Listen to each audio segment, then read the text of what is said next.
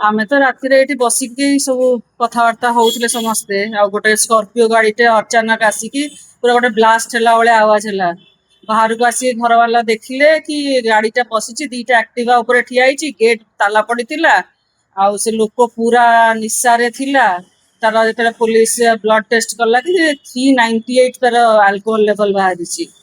ଆଉ ଇଏସଏସ୍ ନଗରରେ ରୁହନ୍ତି ବିବେକାନନ୍ଦ ମହାନ୍ତି ତାଙ୍କ ନାଁ। ଆଉ ଆମେ ତ ହଇରାଣ ହଉଛୁ ଆଉ। ରାତି 12:30ରେ ଆମେ ପିସିଆର ଡାକିଲୁ। ଆଉ ଗାଡି ଉପରେ ସେ ଶୋଇଛି, ଗାଡି ଭିତରୁ ବାହାରି ବି ପାରୁନାହାନ୍ତି, ଏତେ ହୋସରେ ନଥିଲେ। ପିସିଆର ଆସିକି ଗାଡି ଉପରେ ଚଢିକି ସବୁ କାଢିଲେ। ଆଉ ତାଙ୍କୁ ଆମେ ତ ଭାବିଲୁ କଣ ବଞ୍ଚିଛନ୍ତି କି ନାହିଁ ବି ଆମେ ଜାଣିପାରିଲୁନି, ଏତିକି ପିଇଥିଲେ। ମ୍ୟାଡାମ ଘର ଭିତରେ ଆପଣ ରହୁଛନ୍ତି, ଗାଡି ଘର ଭିତରେ ପଶି ଯାଉଛି, କଣ ସେଫଟି କହୁନାହାନ୍ତି ଆମର ଦେଶର। ଏତିକି ପିଇକି ରାସ୍ତାରେ କିଏ ଗାଡି ପିଇକି ଗାଡି ଚଲାଉଛନ୍ତି। ଆଉ ଏଇଠି ତ ବାହାରେ କେତେ ଲୋକ ଆପଣ ଜାଣିଛନ୍ତି ରାସ୍ତାରେ ଶୋଉଛନ୍ତି। ପୁଣି ଆଉ ଗୋଟେ ସଲମାନ ଖାନ କେସ୍ ହେଇଯାଇଥାନ୍ତା ଖାଲି।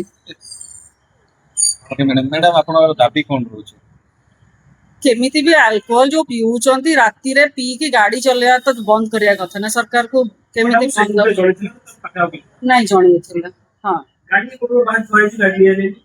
ଗାଡି ପୋଲିସ ବାହାର କରିକି ନେଇ ପାରୁନି, ଟାୟାର ବ୍ଲାଷ୍ଟ ହେଇଯାଇଛି। ଦିଟା ଆକ୍ଟିଭା ଉପରେ ତ କାଲିଠୁ ଠିଆ ହେଇଥିଲା। ଦେଖୁନାହାନ୍ତି ଦିଟା ଆକ୍ଟିଭାର କଣ୍ଡିସନ କଣ ହେଇଛି।